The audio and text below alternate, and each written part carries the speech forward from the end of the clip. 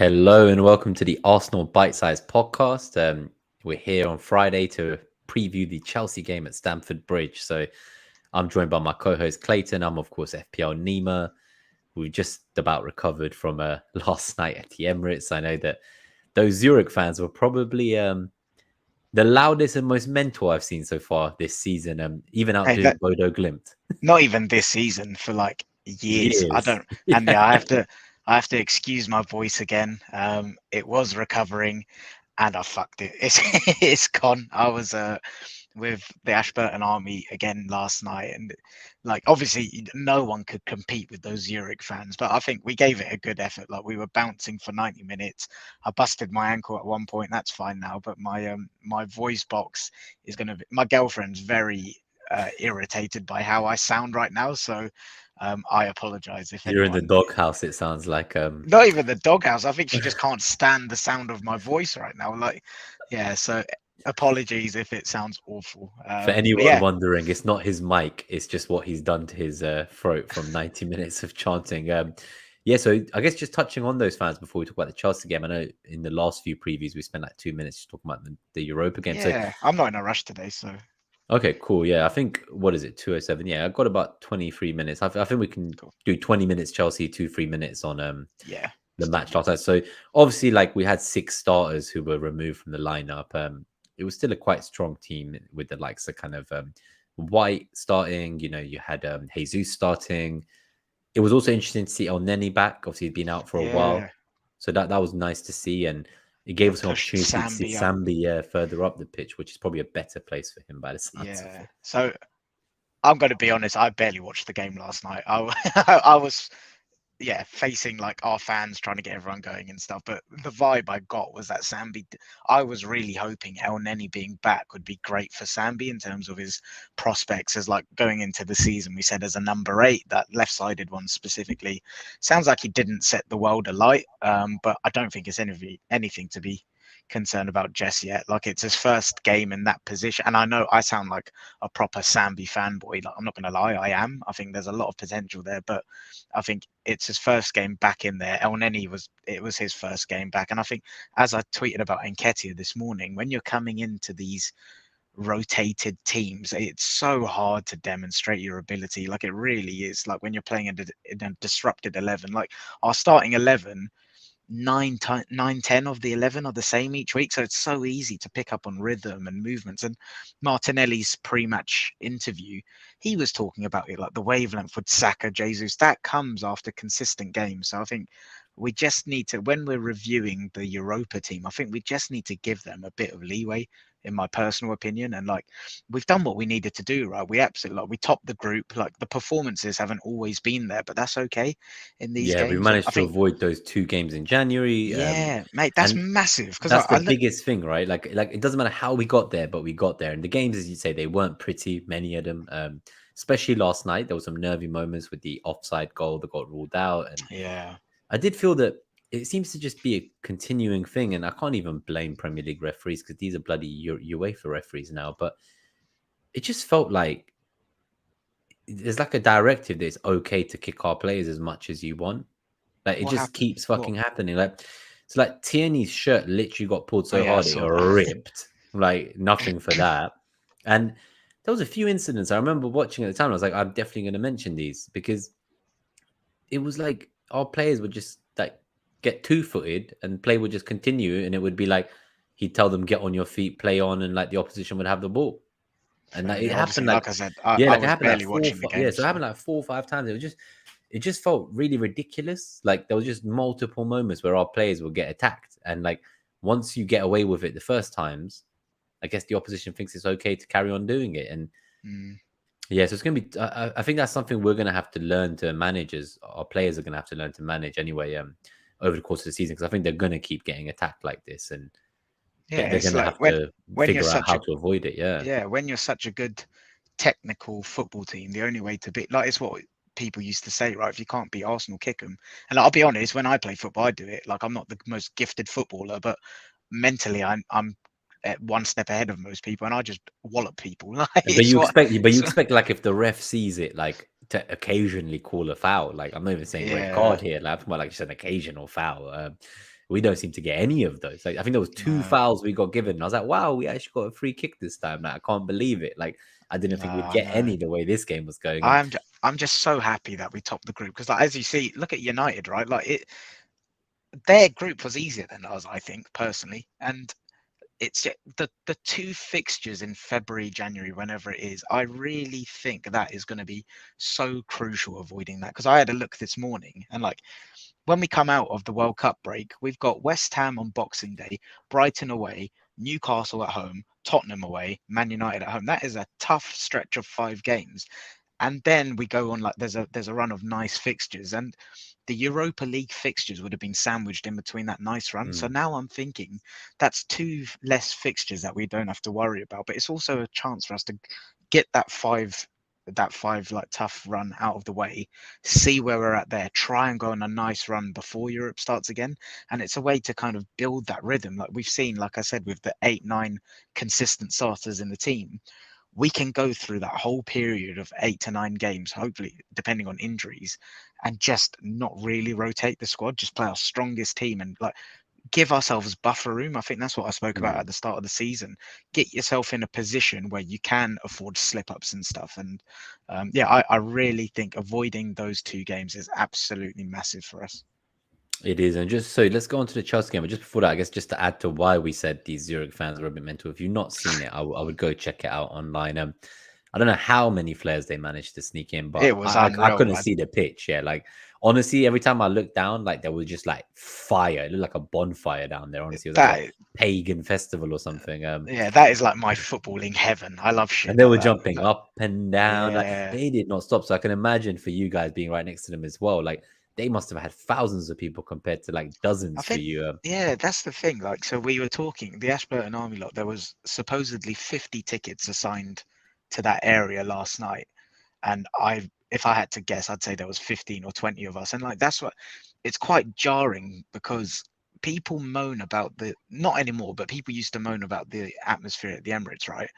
And like during that we won the league at Anfield song, I was turning around trying to get people going, and you just met with like these blank looks by people, and I'm like, okay, not everyone wants to be jumping for 90 minutes, I get that, but like get involved a little bit, make some noise. And then like you see people comparing the Ashburton Army to the Zurich fans, and it's like you've got to start somewhere, and there's 3,500 of them, and like at least 60% of them are game to just jump for 90 minutes. Like it's just a different mindset in Europe, I think. And Yeah, I think the European ultra-led stadiums, there's quite a few of them on there, and people have tried to kind of compare the two, but I think they just don't see it, that it's basically a group of young lads trying to improve the atmosphere at the stadium and bring that connection between the players and the fans and the staff, like tighter than it's been in years. And I think most people, like there was even Forest fans after the game last weekend who they said that they were there and they felt it was a very good thing for the Ashburton Army to be doing.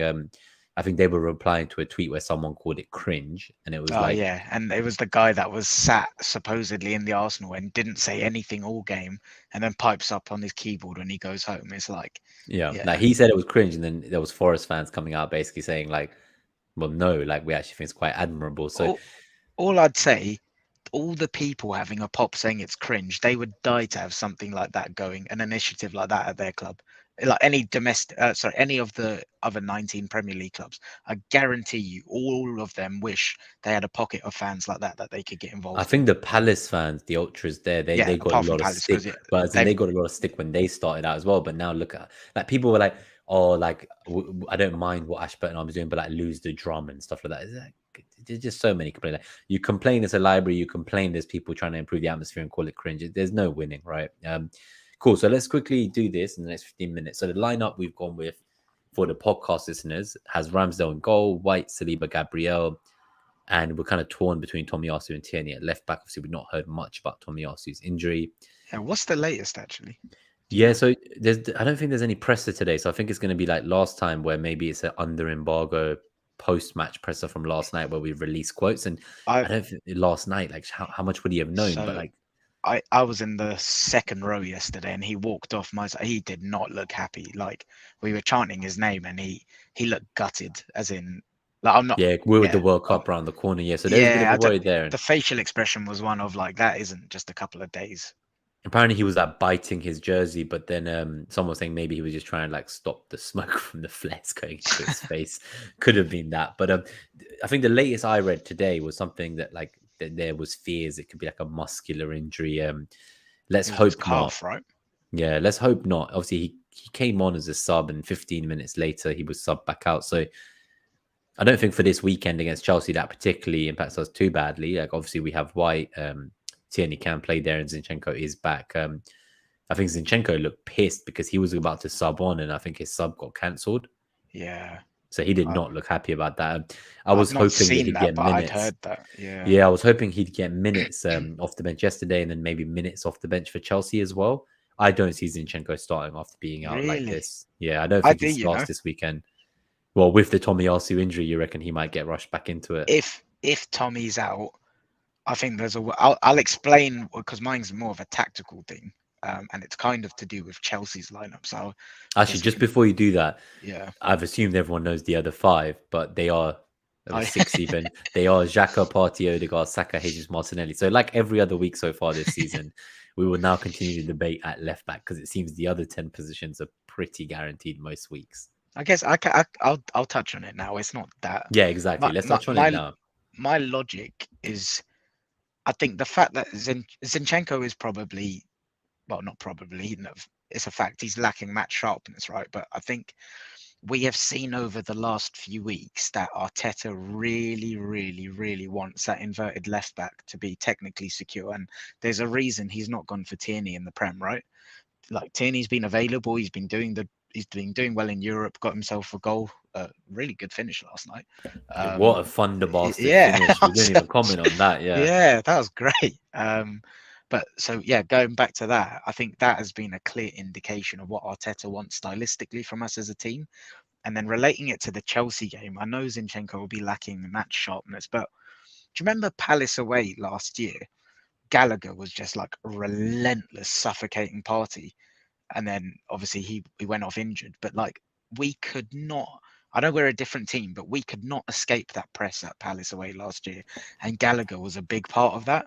So I'm in the back of my head, I'm thinking, is he going to do something similar like that on Sunday again? And as a result, I think what we didn't have last year was the likes of Zinchenko or Tomiyasu at left back to offset that load on Partey.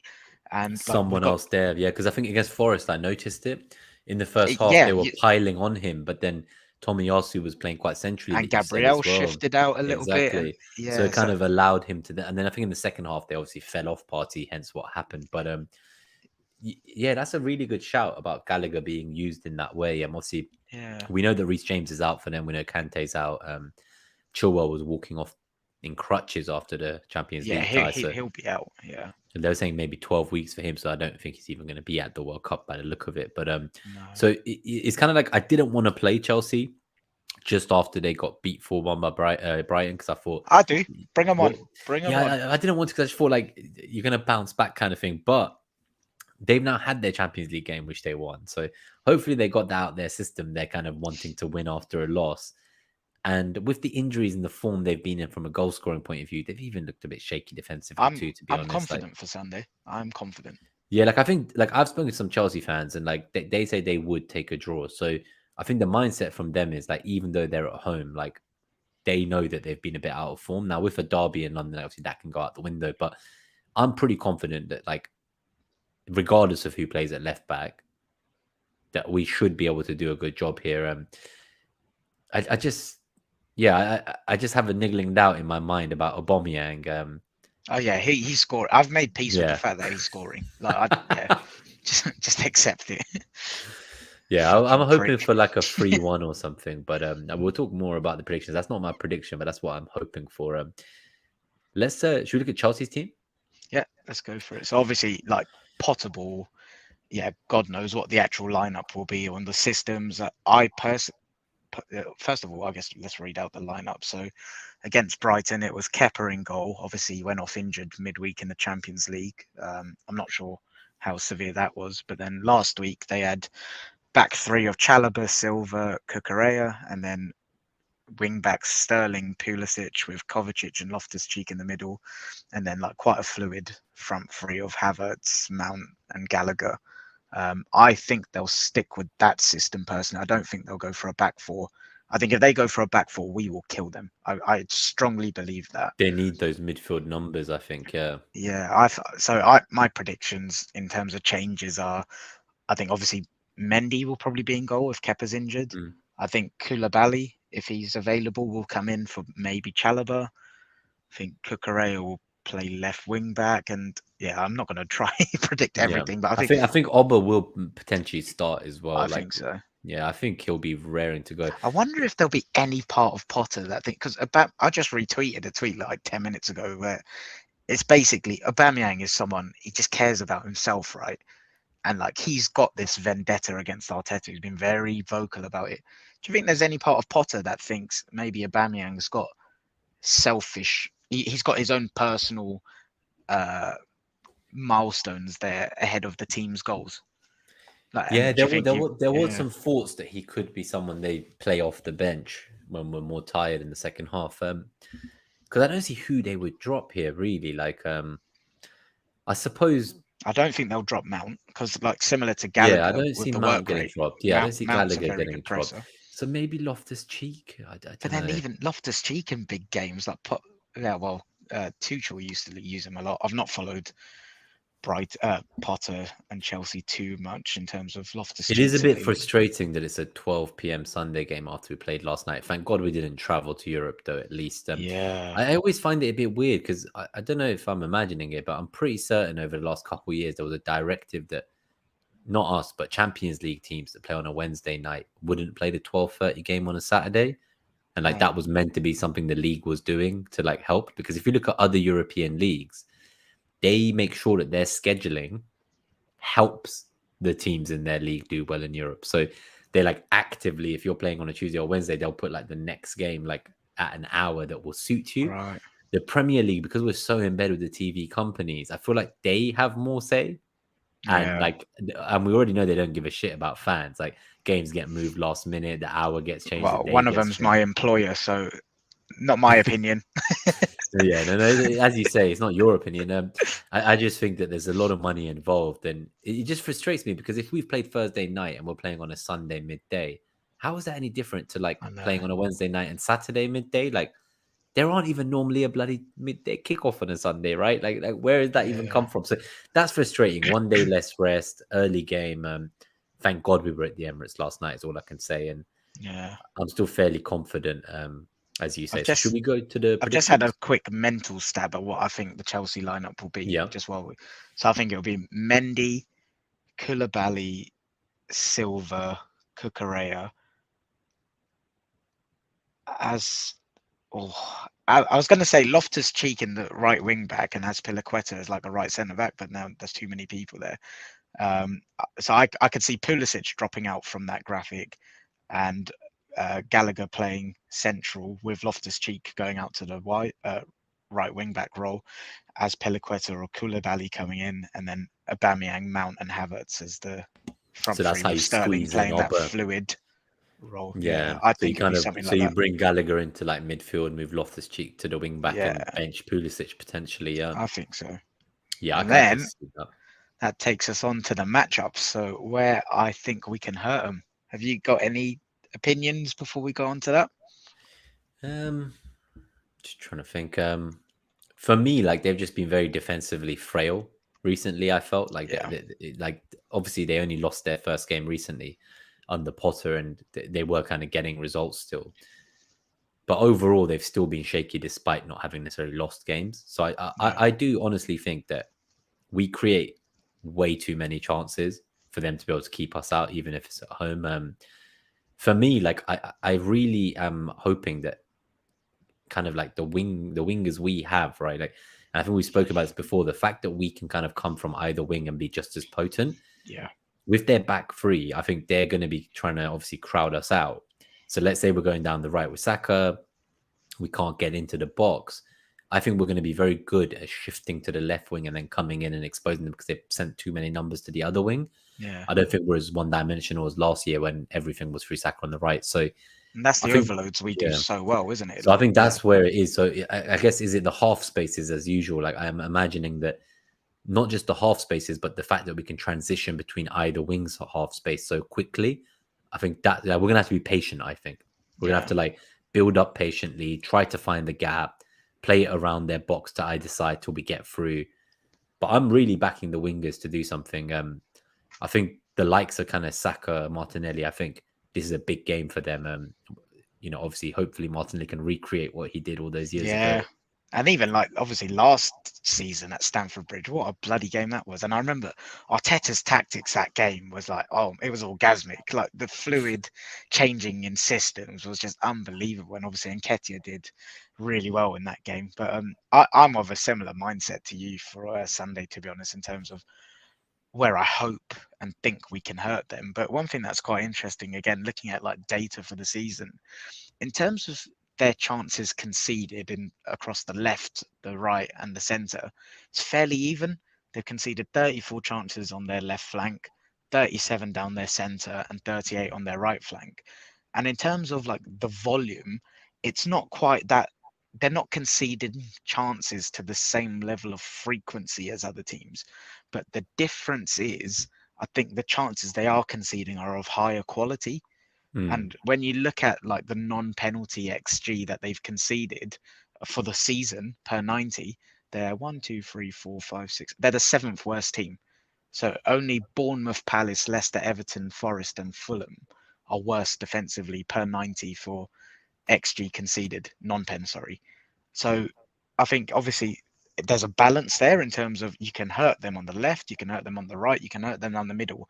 And that is music to my ears as a supporter of a team who can hurt teams down the right, hurt teams down the left, hurt them down the middle. And one thing I really want to see us do, I personally think Koulibaly is pony.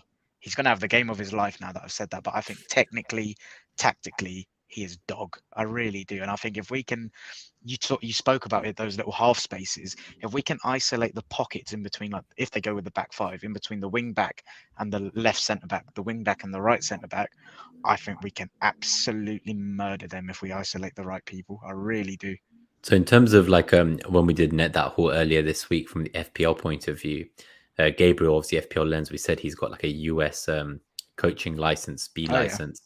And he actually wrote a little paragraph that I think is quite interesting about Arsenal. And he said that he thought that tactically speaking, from a matchup point of view, that Arsenal would look to flatten Potter's back six with triangles on the flanks, thereby separating the base of Chelsea's midfield box to create opportunities on the flanks and around the perimeter of the penalty area. Like I'm engaged exactly what you said. Yeah, it's like I need somehow to do my coaching badges. Yeah, it's like somehow like you've got the same kind of tactical view of what's going to unfold in this match.